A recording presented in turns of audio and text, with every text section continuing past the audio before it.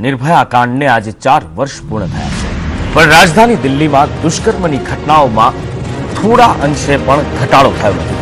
कारण के फरी एकवार एक 20 वर्षनी युवती साथे दुष्कर्मनो किस्सो सामे आव्यो छे।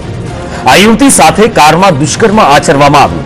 पोलीसे तात्कालिक आरोपीनी धरपकड़ पण करी लीधी अने कारने पण जप्त करी। महत्वनुं छे के युवती नोएडानी रहेवासी छे। बुधवारे नौकरीनी शोधमां ते दिल्ही आवी हती अने रात्रे मोडुं थता घरे जवा माटे मदद करवानुं जणावी आरोपीए काરમાં બેસાડી હતી અને ત્યારબાદ મોતીબાગ પાસે કાર રોકી તેના પર દુષ્કર્મ આચર્યું। પીડિતાએ ત્યાંથી ભાગી પેટ્રોલિંગ કરતી પીસીઆર વાન પાસે જઈ પોલીસને જાણ કરી। પોલીસ પહોંચી ત્યાં સુધી આરોપી નાસી છૂટ્યો હતો, પણ પોલીસે કાર જપ્ત કરી અને ત્યારબાદ આરોપીને તેના મિત્રને ત્યાંથી ઝડપી લીધો હતો। મહત્વનું છે કે કાર પર ગૃહ મંત્રાલયનું સ્ટીકર લાગેલું છે, તો પીડિતાની તબીબી ચકાસમાં તેની સાથે દુષ્કર્મ થયું હોવાનું બહાર આવ્યું છે। महत्वनुं छे के 16 डिसेम्बर 2012 रोज निर्भया साथे चालती बस में सामूहिक दुष्कर्म करवामां आव्युं अने त्यारबाद महिला सुरक्षा ने लई दिल्ही सामे सवालों उभा थया हता। त्यारे आजे पण दिल्ली महिलाओं माटे असुरक्षित ज देखाई रह्युं छे।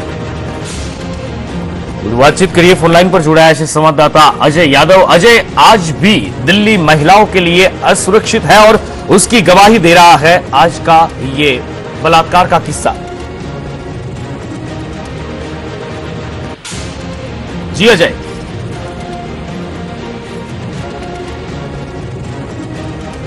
दिल्ली में वधु एक बलात्कारનો કિસ્સો સામે આવ્યો છે। વધુ એક યુવતી સાથે દુષ્કર્મ થયું છે। 16 ડિસેમ્બર 2012 માં નિર્ભયા પર ચાલતી બસમાં હેવાનિયત આચરવામાં આવી હતી અને નિર્ભયાના આ કાંડ બાદ, આ ઘટના બાદ એક આશા હતી કે દિલ્હીમાં ક્યાંક ને ક્યાંક મહિલા સુરક્ષા પર કામ થશે, મહિલાઓ સુરક્ષિત બનશે, પણ હજી પણ દિલ્હી મહિલાઓ માટે અસુરક્ષિત દેખાઈ રહ્યું છે। કારણ કે નોકરીની શોધમાં નોઈડાથી એક યુવતી દિલ્હી આવી હતી અને રાત્રે ઘરે જવાનું મોડું થયું હતું। એક કાર ચાલકે તેને મદદ કરવા બાબતે લિફ્ટ આપવાની વાત કરી અને ત્યારબાદ તેની પર દુષ્કર્મ ગુજાર્યું। अजय यादव हमारी साथे जोड़ाई चुक्या है। जी अजय।